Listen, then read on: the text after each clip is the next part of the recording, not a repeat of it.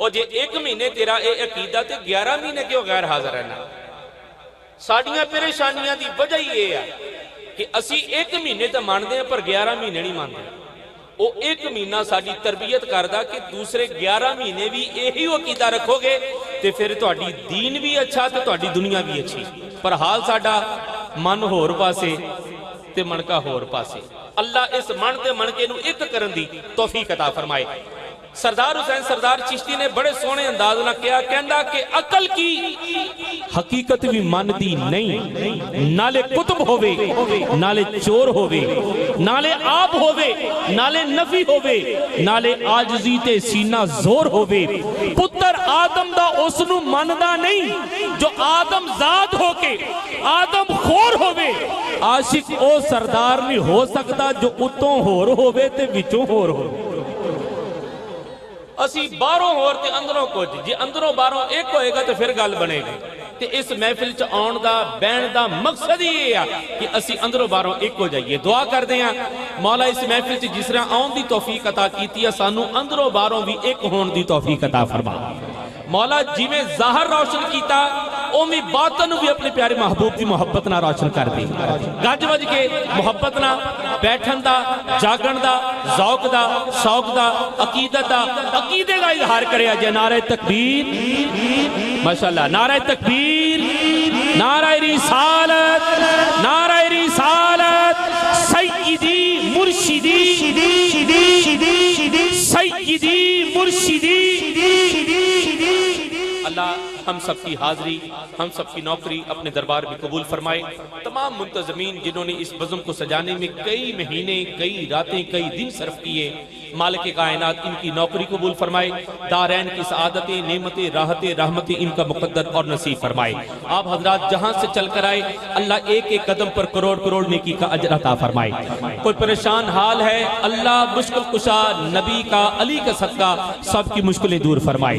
حسین بادشاہ کا صدقہ مولا علی کی جوڑی کے جوڑوں کا صدقہ اس محفل سے کوئی خالی و مایوس نہ جائے. اللہ پردہ کی اس وارث سیدہ کونین کا صدقہ پردہ میں تمام بہنوں کی پردوں کی حفاظت فرمائے. اللہ اس بزم میں آنے کا اجر قبر میں دنیا میں اور حشر میں عطا فرمائے. دنیا میں جب تک رہے نبی کی رحمت مقدر بن جائے. قبر میں جائیں نبی کی حمایت نصیب ہو جائے. معاشر میں جائیں نبی کی شفاعت نصیب ہو جائے. اللہ کریم سب کا آنا بیٹھنا ذکر کرنا ذکر سننا اپنی عالی جناب میں قبول فرمائے. کل قیامت کے دن کوئی نماز روزہ حج زکوٰۃ کوئی عمل صالح بخشش کا ذریعہ بنے نہ بنے آج کی رات حسین اور حسین کے نانا کا ذکر بخشش کا ذریعہ بن جائے. آج کس بزم کا آغاز اللہ کے پاک کلام سے کرتے ہیں. واجب القدر جناب قبلہ کاری محمد بنیامین صاحب ہمارے درمیان تشریف فرما ہے.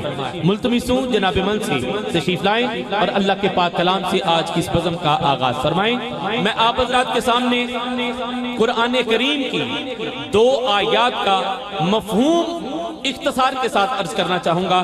پھر اس کے بعد میں نے دیکھنا ہے کہ آپ حضرات نے ان آیات کا مفہوم کس انداز میں سنا اور اس پر عمل کیا.